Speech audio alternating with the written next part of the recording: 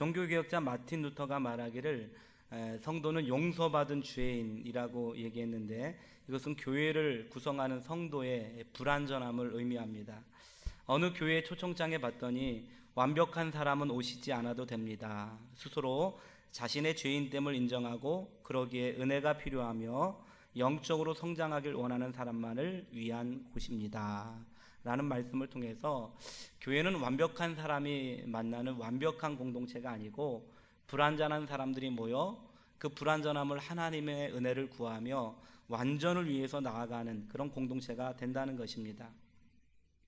영국의 유명한 목사였던 찰스 스펄전이 어느 날 간증을 하는데, 어떤 청년이 와서 이렇게 얘기를 했다고 합니다. 우리 교회는 너무 문제가 많아요. 우리 교회는 정말로 문제가 많아요. 그래서 이 교회를 다녀야 될지 말아야 될지를 제가 이렇게 고민이 됩니다. 어디 완벽한 교회 없을까요? 어디 정말로 온전한 교회가 없을까요? 그랬더니 스펄전 목사님이 이 청년을 데리고 잠시 제 차에 타겠습니까?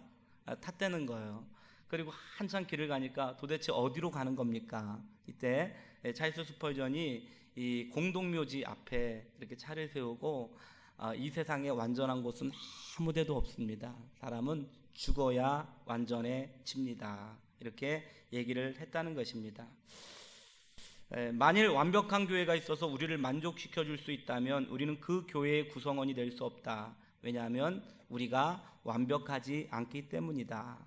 완벽하지 못한 우리가 그 교회에 포함되었을 때 우리의 불완전함 때문에 그 완벽한 교회의 완벽함이 깨지게 된다는 것입니다. 20세기 최고의 과학자인 아인슈타인은 기독교 신앙을 가지면서 이렇게 고백을 했다는 것입니다. 나는 평소에 특히 젊었을 때 교회를 경멸하고 무시했습니다. 그러나 나의 조국 독일이 어두워졌을 때, 나치의 핍박 아래 있었을 때 내가 그토록 무시하고 경멸했던 교회는 우리 민족의 유일한 소망이었고 나의 사람들의 안식처가 되었습니다. 그리고 내가 나이를 먹어갈수록 나는 교회 외에 그 어떤 곳에서도 내 영혼의 참된 위로를 경험할 장소를 찾지 못했습니다. 나는 이제 이 교회로 다시 돌아옵니다. 나의 영혼의 안식처인 하나님께로 다시 돌아옵니다. 아인슈타인은 나이가 들어갈수록 교회가 주는 이 유익함들, 그리고 이 영원한 가치를 생각하게 되었다는 것입니다. 2007년도가 되었습니다.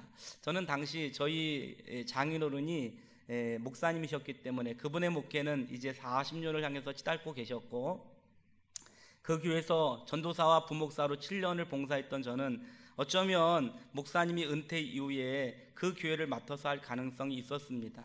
저희 아내는 아버지가 개척한 교회, 자기가 태어나 있던 해였던 1971년도에 개척했던 그 교회에서 평생을 살아온 사람이었습니다. 그런데 하나님께서는 제 마음속에 개척의 마음을 주셨습니다. 그때 하나님, 개척하는 것이 하나님의 뜻일까요? 그렇게 얘기했을 때 여호수아 17장 14절 18절 말씀에 여호수아가 그들에게 이르되 내가 큰 민족이 되므로 에브라임 산지가 내게 너무 좁을진데 브리스 족속과 루바임 족속의 땅 삼림에 올라가서 스스로 개척하라 하니라. 요셉 자손이 이르되 그 산지는 우리에게 넉넉하지도 못하고 골짜기 땅에 거주하는 모든 가나안 족속에게는 베스안과 그 마을들에게 거주하는 자이든지 이스라엘 골짜기에 거주하는 자이든지 다 철병가가 있나이다 하니, 여호수아가 다시 요셉의 족속 곧 에브라임과 므낫세에게 말하되 이르되 너는 큰 민족이요 큰 권능이 있은즉 한 분깃만 가질 것이 아니라 그 산지도 내 것이 되리니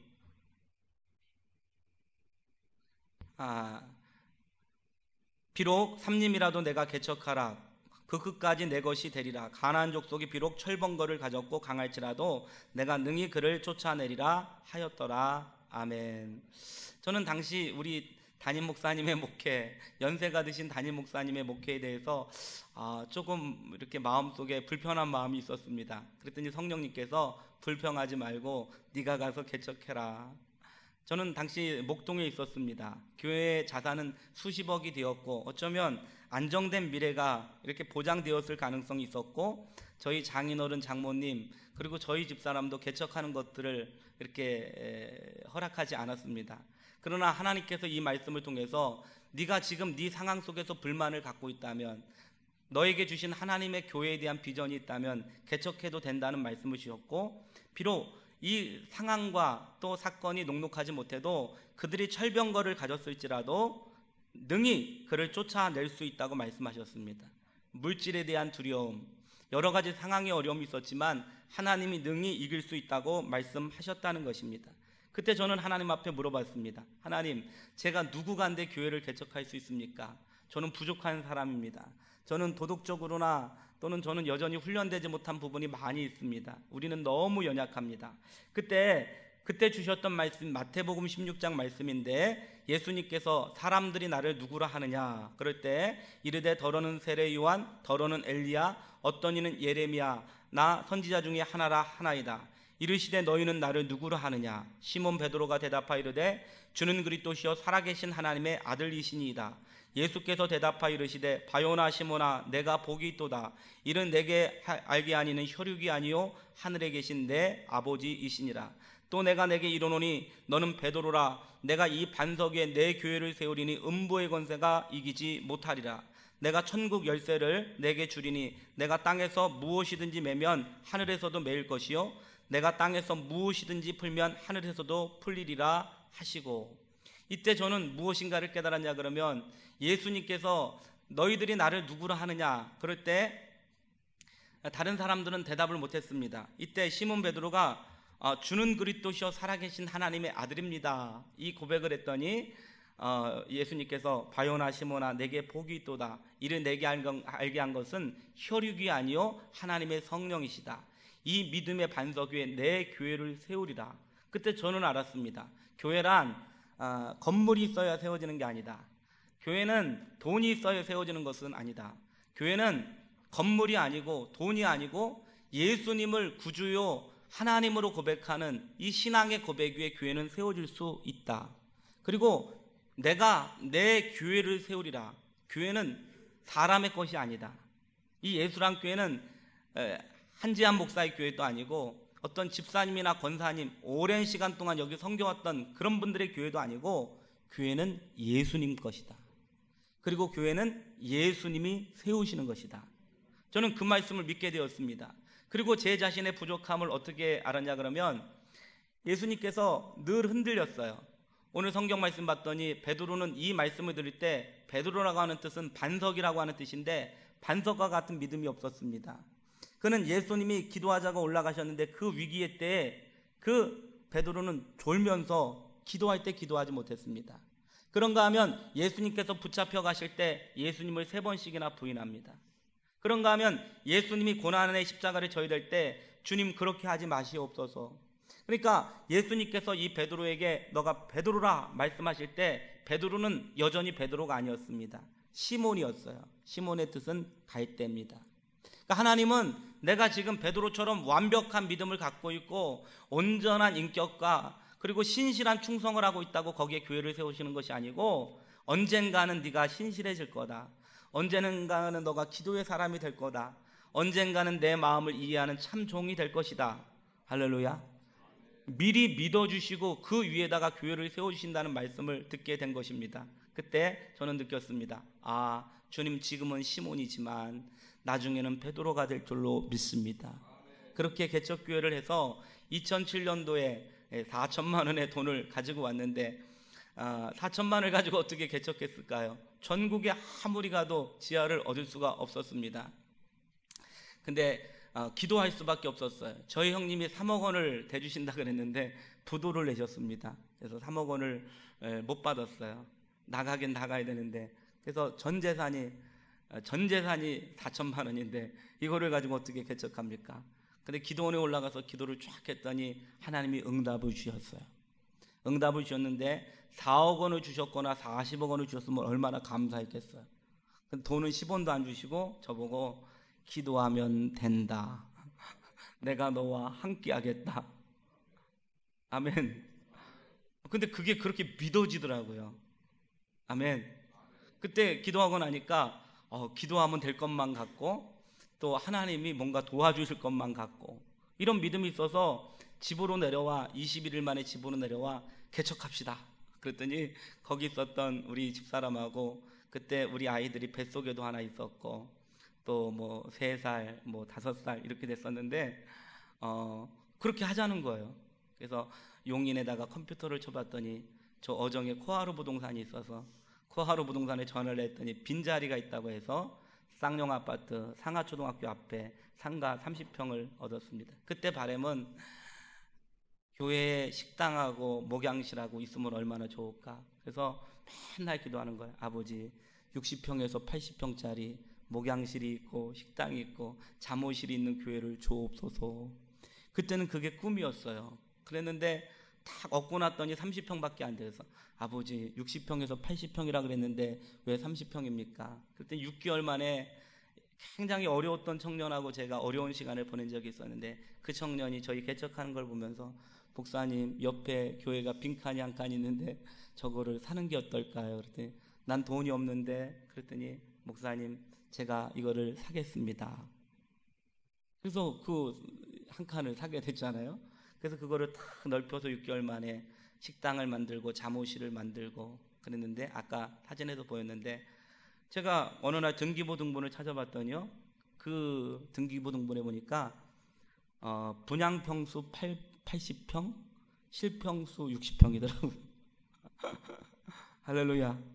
그래서 기도를 할 때 그러면 차라리 800평, 600평이라고 할 걸 괜히 60평, 80평이라고 해가지고 이렇게 됐구나.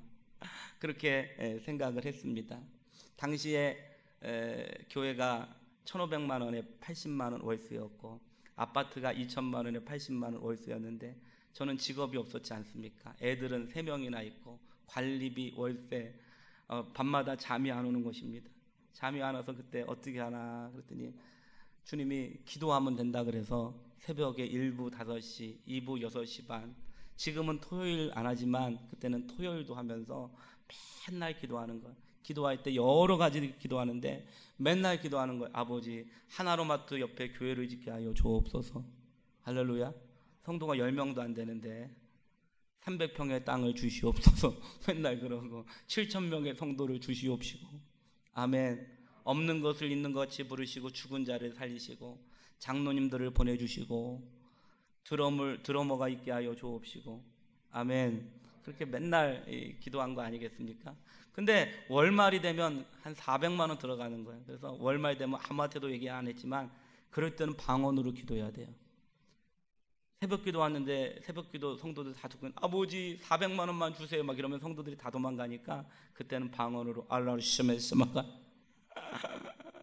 근데 그때 어떤 사람이 4천만 땡겨주세요. 그게 제게 되게 다가오더라. 그래서 주님한테도 기도했어요. 주님도 너무 또 우울한 표정으로 주여 400만 원만 주세요. 그러면 주님이 너무 짜증날 거 아니에요. 그래서 명쾌한 음성으로 주여 400만 땡겨 주시옵소서. 이왕 기도할 거 크게 기도해야 되겠다. 그래서 400억만 땡겨주세요. 그것도 작을 것 같아요. 그래서 4천억만 땡겨주세요. 그래서 그것도 너무 작은 것 같아요. 요즘은 4조 원만 땡겨주세요. 할렐루야. 저는 지금 그렇게 기도하고 있다고요. 믿거나 말거나. 아멘. 드러머도 없는데 드럼을 사다 놓고, 반주자가 없는데 반주를 사다 놓고, 성가대가 없는데 성가대 자석을 만들어 놓고, 믿음의 기도는 응답이 된다. 그래서 제가 그랬어요. 우리 장인어른 장모님이 목사님이신데 야 너네 어떻게 하려고 그래. 너네가 성도도 없는데 400만 원 어떻게 감당하려고 그래. 저는 스스로 생각했어요. 나는 목회하다가 혹시 너무 어려워지면 저녁에 가서는 대리운전을 하고 새벽 4시 반까지 대리운전하고 와가지고 또 새벽 예배 인도하고 그리고 목회할 거다. 이런 마음을 먹었는데 하나님이 한 번도 대리운전을 안 하게 하셨어요. 할렐루야. 우리 집사람도 한 번도 아르바이트를 안 했어요. 아멘. 한 번도 사람들에게 돈 얘기를 해본 적이 없어요. 사람에게 구걸하지 않고 하나님에게 기도하겠다. 하나님은 살아계신 것입니다. 할렐루야. 하나님은 살아계시다는 거예요. 하나님은 우리에게 아까울 것이 없다는 거예요. 그러면서 어느 날 목회를 너무 힘들었어요. 위기도 있었잖아요. 힘들었어요. 근데 하나님이 꿈을 꾸게 하시는데 너무 힘들고 어려울 때 새벽 예배 드리면서 아버지 길이 안 보입니다. 앞날이 안 보입니다. 그러면 하나님이 꿈을 주시는 거예요. 꿈을 주시는데 어떤 꿈이냐 그러면 꿈에서 탁 일어나 보니까 막 청년들이 이 강단에 오늘처럼 막 섰어요. 청년들이 없었거든요. 서가지고 막 자기들끼리 막 찬양을 불러요. 그럼 눈 뜨고 일어나가지고 언젠가 이렇게 청년을 보내주실래나? 할렐루야. 이런 꿈도 꾸고, 어쩔 때는 제가 예배를 드리다가 뒤에 착 보니까 오후 예배 때인데 성도들이 수백 명 있어요. 언젠가는 하나님의 성도를 보내주실래나?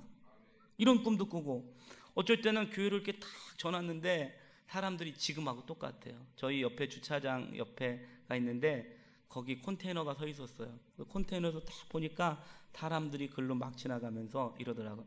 이 교회는 다른 교회하고 틀려. 그러면서 가는데 예배 드리는데 성도들이 많이 모여 있어요.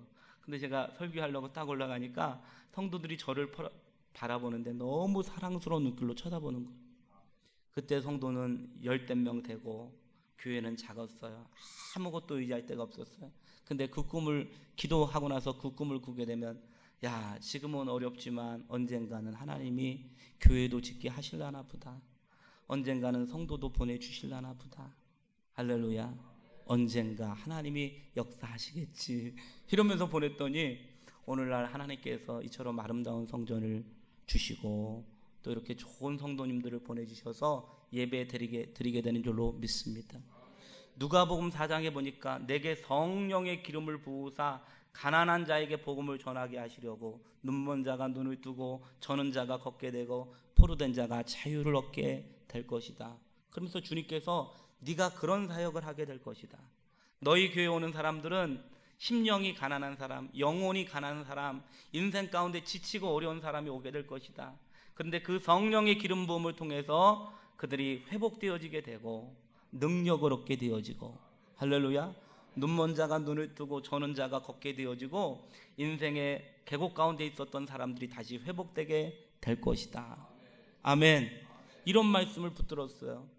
제가 어느 날 목회가 너무 힘들어서 이거를 어떻게 하나 그러고 있는데 그때도 또 꿈을 꿨어요. 꿈을 딱 꿨는데 일어나 보니까 광야예요. 막 들판이에요. 들판인데 사람들이 다 힘들고 아프고 병들어서 누워있는 것입니다. 누워있는데 제가 가가지고 그분들을 위해서 막 기도해 드리는 거예요. 예수님의 이름으로 나을지어다, 나을지어다. 그런데 그분들이 하나씩 하나씩 자리를 털고 일어나는 것입니다. 그리고 났는데 마음속에서 왜 그렇게 보람 있고 뿌듯한지 잠을 탁 깨어서 일어나서, 아, 하나님이 나를 이 일을 위해서 부르셨구나. 할렐루야. 이게 내가 가야 될 길이겠구나. 그러면서 제가 다시 한번 하나님 앞에 기도했어요. 아버지, 아무리 힘들고 어렵고 고생스러워도 저는 이 길을 가겠습니다. 이렇게 하나님 앞에 고백을 했던 그런 경험들이 납니다. 에스겔서에 봤더니 하나님께서 고토로부터 예배드리지 못했던 사람들을 다 부르신대요.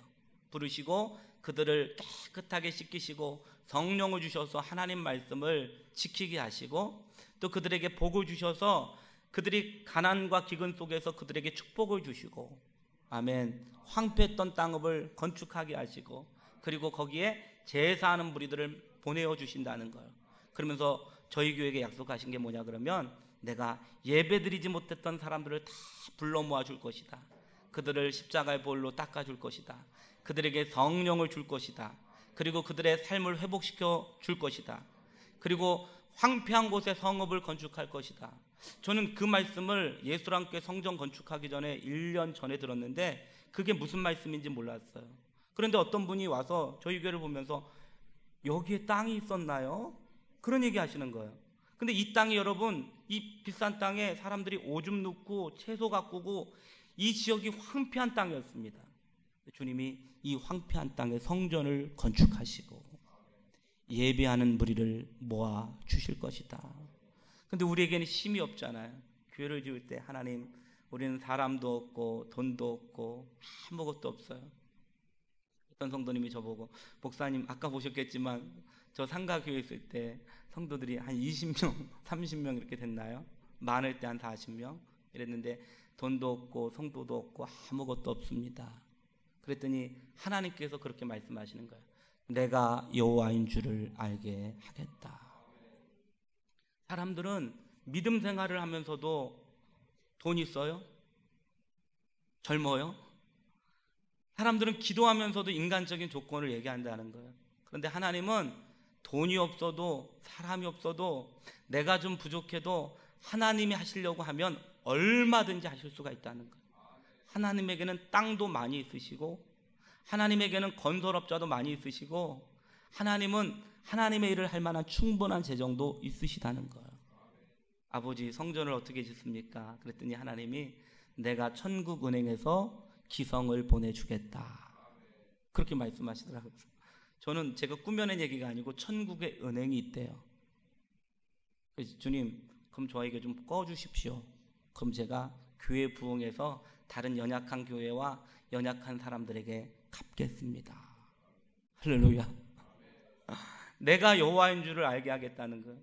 우리 교회는 이 교회는 어떤 장로님이 대표이사래, 이런 게 없잖아요. 목사님도 성도님도 아무것도 없어요. 그러나 하나님이 그러시는 거예요. 기도하면 된다. 내 교회는 내가 세운다. 할렐루야. 저는 그때 알았어요. 제가 없어도 우리 교회는 세워져 갑니다. 여기 계신 분들 중에 어떤 분이 없으셔도 교회는 세워져 가요. 근데 기도하는 거는 주님이 주님의 교회를 세워주실 때 저를 사용하여 주옵소서. 제가 그 영광의 자리에 있게 하여 주시옵소서. 이렇게 기도하게 된다는 것입니다. 저의 바람은, 우리 교회의 바람은 오늘날 물질에게 절하고 오늘날 세속주의에 힘을 잃어버리고 오늘날 교회 안에도 언젠가부터 모르게 세상의 원리와 세상의 법칙이 존재하게 되었다는 거예요. 돈을 가진 사람, 능력 있는 사람, 힘 있는 사람이 큰 소리를 치게 되어지는 그런 여러분 세속화가 있다는 거예요. 그러나 하나님은 지금도 믿음으로 기도하고 하나님을 의지하고 여러분 하나님을 바라보는 자들에게 기적을 행하여 주신다는 거예요. 주님은 돈보다 크시다. 주님은 사람보다 크시다. 주님은 주님의 교회를 세워 가신다. 저는 여기 계신 분들이 여러분 이 하나님의 교회를 이루시어 하나님의 영광을 드러내시는 이 귀한 사역에 같이 하시게 되기를 예수님의 이름으로 축원합니다.